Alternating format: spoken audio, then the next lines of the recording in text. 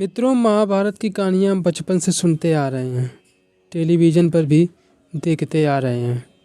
फिर भी हम सब महाभारत के बारे में बहुत कुछ नहीं जानते हैं, क्योंकि वेद व्यास द्वारा रचित महाभारत बहुत ही बड़ा ग्रंथ है।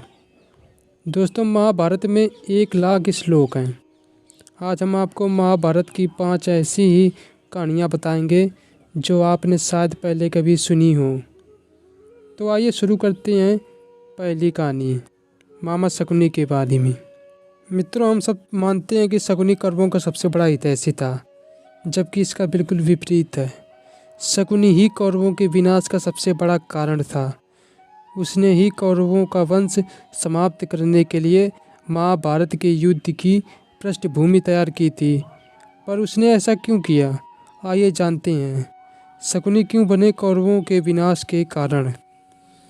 इस कहानी का आरंभ धृतराष्ट्र और गांधारी के विवाह से होता है। एक साधु के कहे अनुसार गांधारी का विवाह पहले एक बकरे के साथ किया गया था, बाद में उस बकरे की बलि दे दी गई थी। यह बात गांधारी के विवाह के समय धृतराष्ट्र से छुपाई गई थी। जब धृतराष्ट्र को इस बात का पता चला तो उसने गांधार नरेश सुबाला और उसके 100 पुत्रों को कारावास में डाल दिया और उन्हें काफ़ी यातनाएं दी। एक एक करके सुबाला के सभी पुत्र मरने लगे। उन्हें खाने के लिए सिर्फ मुट्ठी भर चावल दिए जाते थे। सुबाला ने अपने सबसे छोटे बेटे शकुनी को प्रतिशोध के लिए तैयार किया।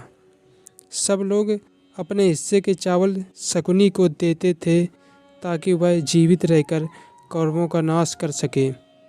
मृत्यु से पहले सुबाला ने धृतराष्ट्र से शकुनी को छोड़ने की विनती की, जो धृतराष्ट्र ने मान ली। सुबाला ने शकुनी को अपनी रीढ़ की हड्डी के पासे बनाने के लिए कहा। वही पासे कौरव वंश के नाश का कारण बने। शकुनी ने हस्तिनापुर में सबका विश्वास जीता, 100 कौरवों का अभिभावक बना। उसने न केवल दुर्योधन को युधिष्ठिर के खिलाफ भड़काया, बल्कि महाभारत के युद्ध का आधार भी बना। दूसरी कहानी है दोस्तों, धृतराष्ट्र के संबंध में। क्या आपको पता है मित्रों, एक श्राप के कारण धृतराष्ट्र जन्मे थे अंधे। धृतराष्ट्र अपने पिछले जन्म में एक बहुत दुष्ट राजा था। एक दिन उसने देखा कि नदी में एक हंस अपने बच्चों के साथ आराम से विचरण कर रहा है।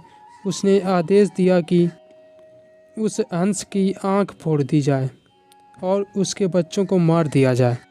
इसी वजह से अगले जन्म में वह अंधा पैदा हुआ और उसके पुत्र भी उसी तरह मृत्यु को प्राप्त हुए जैसे उस हंस के।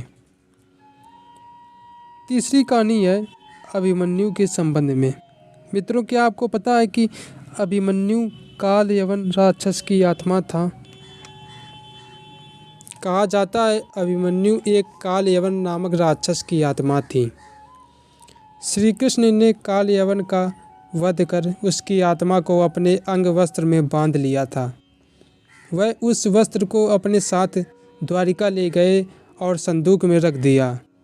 सुभद्रा, जो कि अर्जुन की पत्नी थी, उन्होंने गलती से जब वह संदूक खोला तो एक ज्योति उनके गर्भ में आ गई और वह बेहोश हो गई।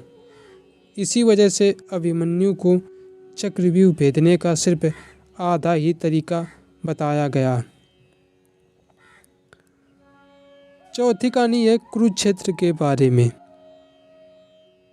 मित्रों, क्या आपको पता है कुरुक्षेत्र में आज भी अजीब मिट्टी है।